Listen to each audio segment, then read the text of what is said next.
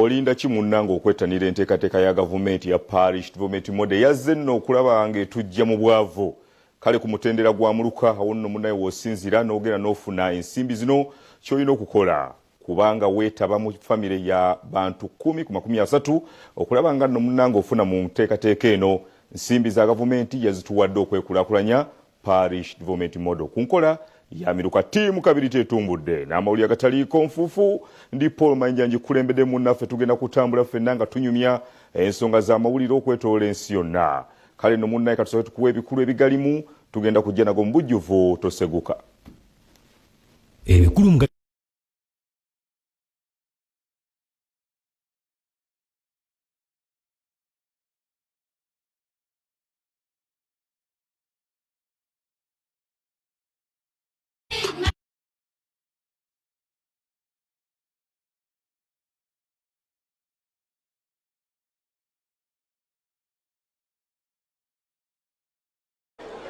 Abanoonyi b'obubuddamu bongedde okweyiwa mu nsalo ya Uganda ne Congo.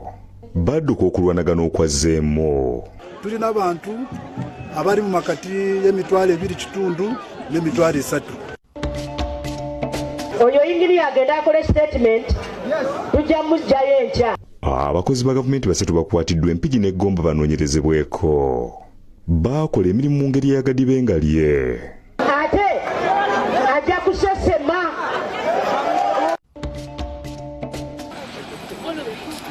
Abannema baggadde kampuni y'emitayimbwa ebuyikwerwa kwonoona butonde bwansi. Musooke mwetereeze. Omuka gwonna ne tukubuna ebyalo byonna ekiro bakita. Ogugwa teguba muka. Jiji n'emigaso gy'ekibanyi mu maka. Nkubasanga mu mbisi bebisibisi. Omuka gulo ne guzinywamu amazzi ne guzikaza.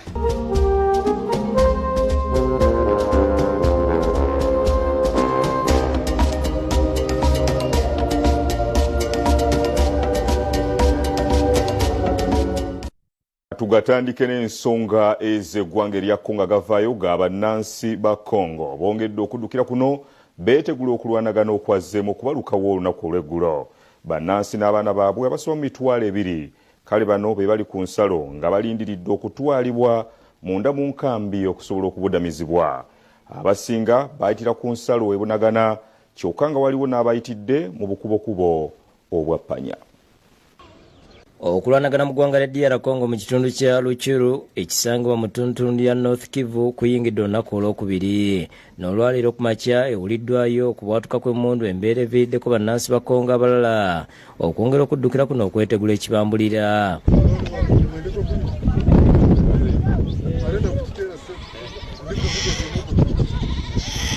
Abayingira bayitira ku nsalo ebunagana ate abalala bakozesa ppanya okuli Kanombe mu ggombolola y'Emulamba ne Kibaya mu ggombolola y'Lukundo nga bakira bajja basibye engugu zaabwe ebisolo byabwe n'abaana.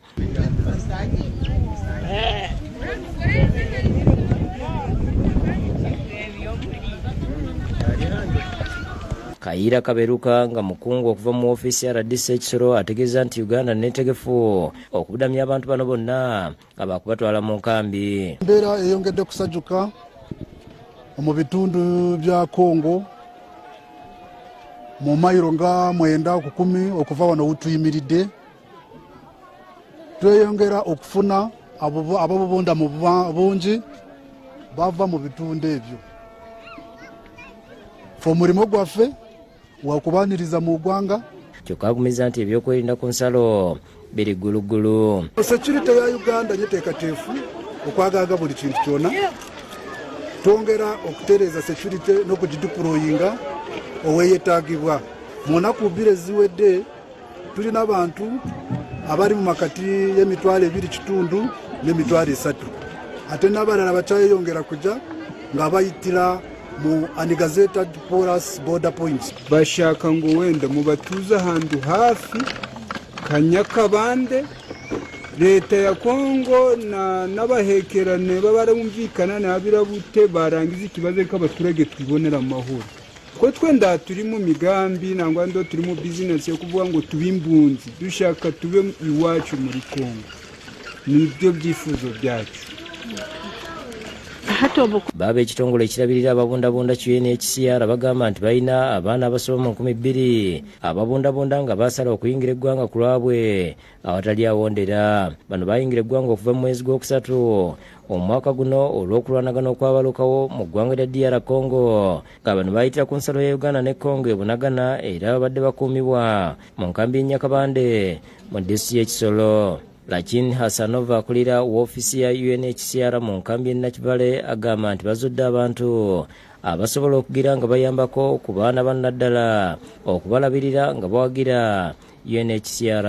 And then when they come to Nakivale, we are doing a comprehensive BIA to understand their needs and also to understand whether they have relatives or they have families and if they have in which settlements they are. Alipoota y'ekitongole kya UNICEF ey'omwaka 2018 yalaga nti abaana wakati w'ekikumi n'ebibiri be basala ensalo buli wiiki nga tebaliiko bazadde. Maureen Abina nga mukungu mu ofiisi ya Ssaabaminisita alambuludde emitendera gye bayitamu okuwaayo abaana bano eri abantu babalabirire nga basooka kukakasa nti bagenda kusobola okubalabirira obulungi. Foster care parents, these are assessed also technically by expertise who are handling child protection to ensure that the safety and dignity protection of these children is number one. So that's how they are being managed. Kaiti atuzalirwe ne Jonathan Singule bakusakidde eggulu lino.